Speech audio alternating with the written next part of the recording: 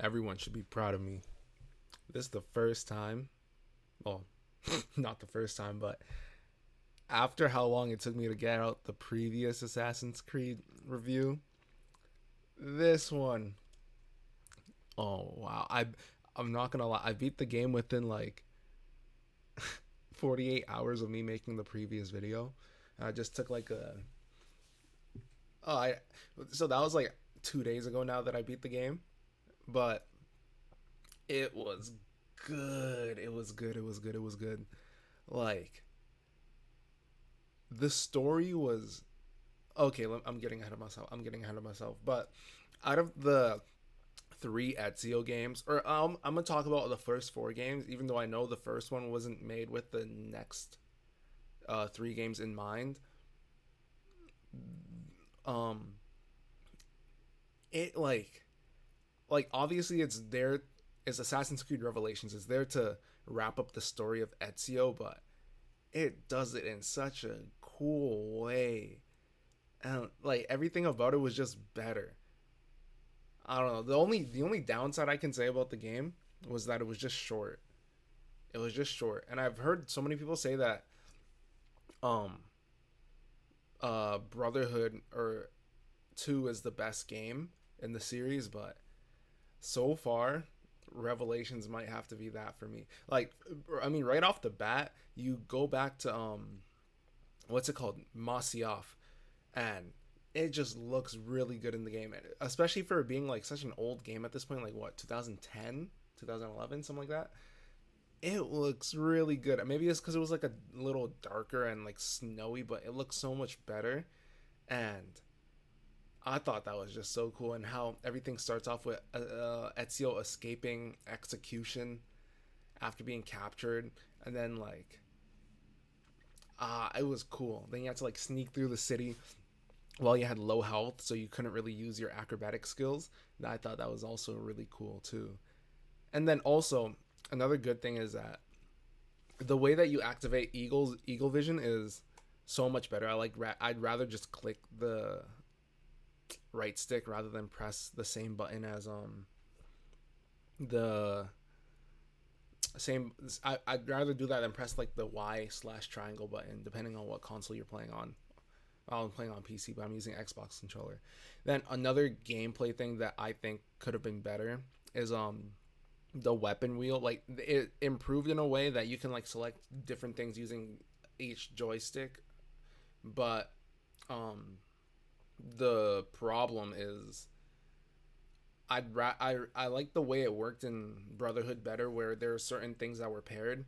Like if you used your small weapon, it would also have the throwable knives if you just held down the button, and then the sword with the firearm. Those worked well together. I don't like how you have to like separately select. Like I like how you could separately select things, but I don't like how it wasn't like paired with it, so you had to like constantly change what you wanted to use. But that was good when you consider the bombs, which is one of the best things about this game. Like it gave you so much variety, and at first I thought I wouldn't be using that many of them, because I'm like, yeah, there's way too many for me to even memorize what they all do. But then the way you can make it like customized was so like useful, and I was like, wow, this is so cool. And then they even had some full sync things based around that, and I almost full synced the whole game. There was only like 2 or 3 sequences that I got like 90% on, and I was kind of lazy to go back. But the bombs were so good, and I was like, yeah, there's no way I'm gonna actually use this feature, but it came so much in handy, and you get it from right at the beginning of the game. You don't have to progress to unlock like a smoke bomb or a distraction bomb or like a noise bomb that's gonna make the guards look one way so you can sneak another way. I thought that was really cool, and yeah, that was that. I think that's the best upgrade they had in the game, and I like how that one works with the weapon wheel, where you can select which bomb you want to use, and you can recreate it on the spot if you want the exact same bomb. And if you want to craft a new bomb, you got to go back to like one of the um I don't know what they're called, just like the bomb stations placed around the cities. And that was really good. So some other things was like the side characters, I thought they were really memorable. Like Yusuf, even though like 2/3 into the story, he kind of just like was background character. He was only really there as a tutorial type of guy. So that worked really well. The tutorial worked so much better in this game than it did in the previous games. It was much more integrated into the story, and I like Yusuf for that. And he gives you the hook blade, and before I move on, there is the parachute, and I'm not sure if they only had the parachute at Masyaf at the beginning and then at the last two missions or something. But I thought that was stupid because there was one mission where you had to like make it to the Hagia Sophia before um or not the Hagia Sophia, but like there was a meeting spot right next to it, and you had to make it there before Yusuf. And I saw the path that Yusuf took, and he jumped off the top of the Hagia Sophia, and then just used the parachute. So I'm like, oh, let me try that. Then it just didn't work. So then, and I was wondering, like, did you only get the parachute for specific missions, or did you have it the whole game? And I'm like, I don't know, that was a little off to me. I think it should have given me the chance to use it in more scenarios. But anyways, moving on. The hook blade was another thing. I think it wasn't that necessary because it kind of was just the same function as what's it called, um like the grabbing the ledge as you're falling. In that regard, it was kind of useless to me. But in the regard of like zip lines and like, which I didn't use that much to be honest. And then you could like wrap around if you're running at a guard, and like you hook them and roll around them, and you just keep running if you don't want to fight them, or you can take them out like that. And I didn't use that much either, but I thought that was a cool option if you wanted it. But yeah, the hook blade was all right. There were some cool uses, but eh, I can see how it would have been just as good of a game without. But the having the hook blade on the weapon wheel was a little confusing for me because when I had the regular like hidden blade activated, it used the hook blade anyway. So I didn't see the point in having both of them on the weapon wheel. But aside from that, it was whatever. It's like it doesn't hurt, but it didn't help either. I think it was kind of a useless addition. But yeah, but the zip lines were cool, but eh, like you can acrobat your way around more. I can see them using it better in future games. Like I think I've seen some clips of Syndicate where the they're ziplining all the way around, and I heard that game has the best acrobatic maneuvers. So I can't wait to get to there. But yeah, so the hook blade, it was a weird addition. The bombs were really useful, and the parachute could have been used more. At least, unless I'm missing something, but I did not find out how to use it unless it was specifically told in the mission. Anyway, story wise, um, I think the story was amazing. Like, it was straight to the point. It had some like hurdles that Ezio had to hop over, and then once you collected the little disc slash keys that were for the library, Altair's library, you got to replay a memory of what happened after Assassin's Creed 1 ends in Altair's life, and you had to see how a boss kind of betrayed him and went crazy and power hungry, and then not Ezio, Altair grew old and then retook over Masyaf at the end. I think that was really cool, and it just felt so much smoother, like going back to like the whole Assassin's Creed 1 style, but just with the smooth controls. I think that was amazing. I think that was really cool, and it wraps up his storyline and it wraps up Ezio's storyline intertwining. And another thing is you can see Ezio like throughout the three games, Assassin's Creed 2, Brotherhood, and then Revelation. You see how he kind of grew to be a full leader. Like he wasn't really that good of a leader in Brotherhood. Like he was just recruiting people. Not that he was a bad leader, but he was just recruiting people. He wasn't doing that much, but he really like he was a leader who also learned from the people who he was leading, like Yusuf. And then I thought it was kind of cool to see that the whole thing that Ezio was doing back in Assassin's Creed Brotherhood spread to um, Istanbul or Constantinople. That was cool. And then also Ezio's letters. I thought that was really good. A really cool storytelling device where Ezio would be like giving updates to his sister back home in the form of letters about all the different things that he's doing. Right. I thought that was cool. And I was thinking if someone's playing the game over a long period of time, that would really help because what if they forgot? What if they forgot what they were doing? And then once they finish that portion of the story, they'll be like, oh, okay, that's what happened. So he kind of gives like a recap of everything that happened. He has his whole dilemma with Sophia, and that was like he had to protect her, all that type of stuff. That was a really good, like, the story was really good. And the cities, like I was saying, Constantinople, beautiful city. The architecture is amazing. It was really nice to look at. So I'm like, I really like the setting of this game. Then you got to go to a different city, even though it was only for a short time. At least it felt short because I kind of breezed through that part of the story. I think that was what's it called? That was a really good storytelling device as well. Like going to what was it? Cappadocia, the rock city. That was really cool. And then yeah, I thought it was really cool how um you had to like you just got to see the rock city, and I think it's similar in real life to how it looked in the game, although I think it's like a little embellished. Of course it's a video game, but that was really cool, and there's actual plot reasons for that, so I like that. And then oh yeah, going back to the artifact thingy, like the keys were, they were somewhat easy to get this time, and also the full sync was really easy. So that was one thing I'd like a little bit more of a challenge. There was only one of them that I had to redo for full sync. Actually, two, because um the last one was it. I accidentally just jumped into the water, and it was like you can't jump into the water, you can't swim, don't fall into the water, and I did it by accident like right away. But that doesn't really count. But aside from that, it was like the game was a little easy, a little on the easier end, but the story makes up for that. Like the story was really good. And so there's three cities total. There's Constantinople slash Istanbul, Masyaf, and um what's it, Cappadocia.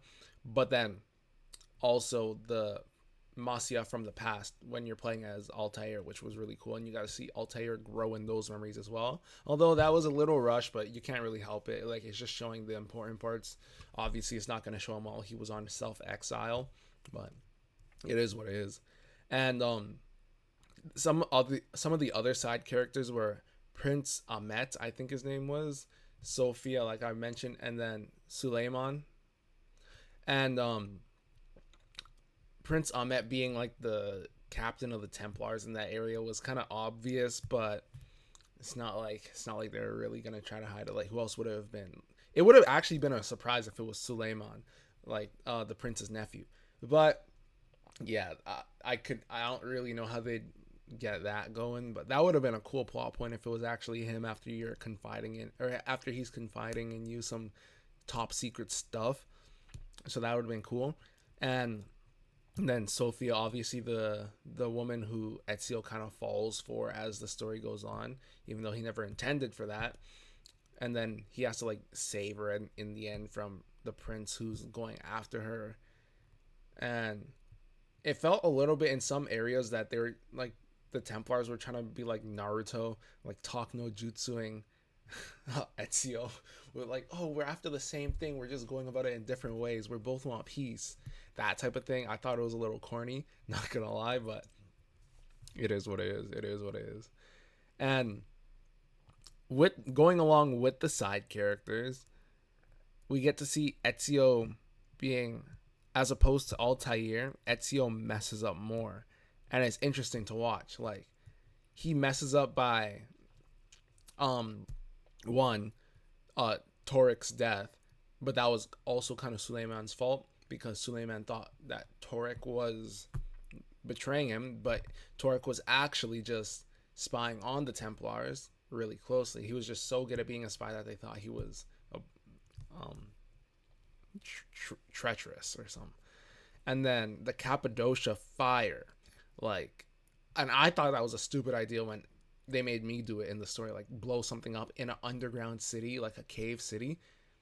Then you had that mission right afterwards where you had to escape the city, and I could not see a thing. Like, there's smoke everywhere. My screen was dark. I couldn't see where I was going, and then it kept losing health because that was when I realized it was smoke. Because I'm like, why is Ezio losing health? I never got attacked. Is someone like shooting at me? No, it was just that he's breathing in toxic smoke. So of course he's gonna be coughing. Of course he's losing health. And I was like, oh, that's why the full sync is to not lose half your health. But I failed that one right away. I didn't bother redoing it because I had broken armor and I didn't bother going to fix it because I was trying to like rush through that area of the game and then yeah, finish that.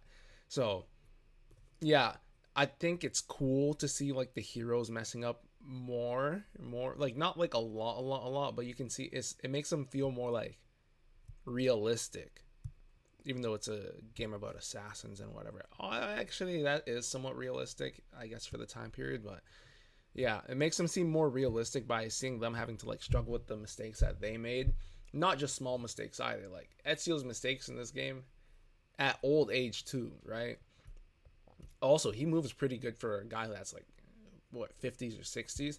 But yeah, his mistakes had big impacts. Like the whole city had to evacuate. We don't even know if they're safe or not. And then Toric was, well, that was just a really sad point. And yeah. And then finally, the ending of the game was, I was a little confused. I thought I still had like one or two missions left because it never said I completed the previous ones, but I guess I did.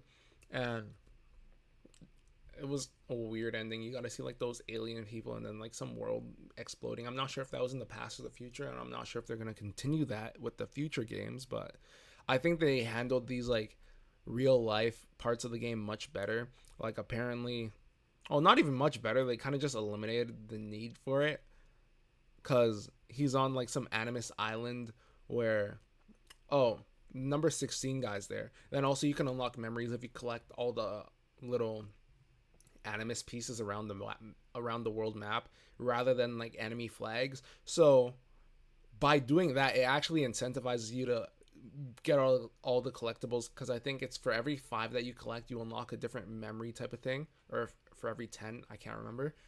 I didn't do them, but I watched some gameplay of them and it looked kind of cool, but I wasn't like super interested.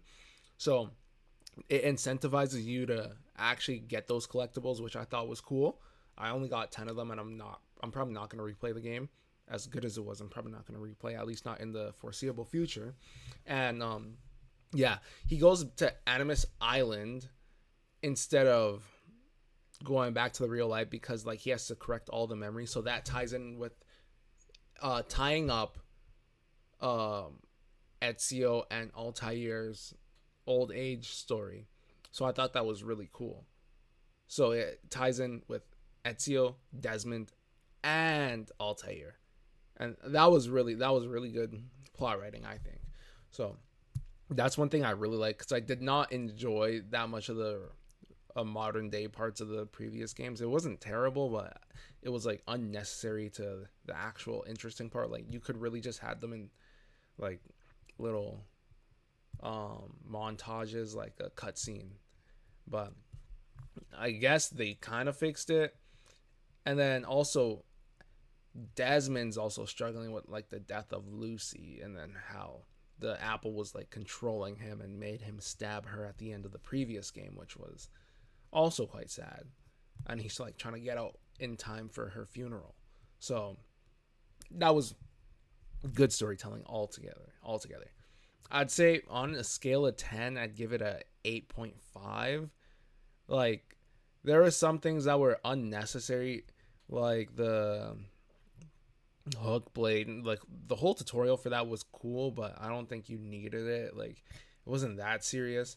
Then the parachute was underused, I think, unless I'm just missing something. And then so most of my issues are with like I'm nitpicking like gameplay stuff. The story itself I think was the best one so far. although it wouldn't be able to stand on its own. You need to play the previous 3 games to appreciate that story, and that's what's holding it back a little bit. I think a good story should be able to stand on its own, kind of like JoJo's Bizarre Adventure. I could go into any of the parts and I'd know enough to enjoy it on its own. I wouldn't need the backstory. And like they'll give you any backstory that you're missing. This game doesn't. It gives you like, it wraps up things that were not concluded in the previous games rather than giving you backstory. So that's a slight difference. But it incentivizes you to get the collectibles. There's some gameplay improvements, like the whole like the control scheme was better, and the graphics were slightly better as much as they could do, right? But all in all, like cities were good, characters were good. Oh, I forgot one thing. The den defense thing. Like I didn't like it that much. Like where you had to like place all your people in the different spots and defend like some tower or something.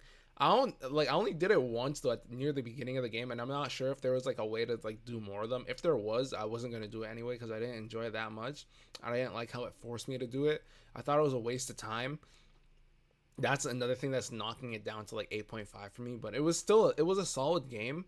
But yeah, that part felt really useless. Like I did not enjoy the den defense thing at all. I don't like just like placing this. It was more like a strategy type of thing, and it took like 8 minutes, and I was just sitting there mindlessly placing. Okay, you go here, you go there. Like the enemy stood no chance, yet it took so long.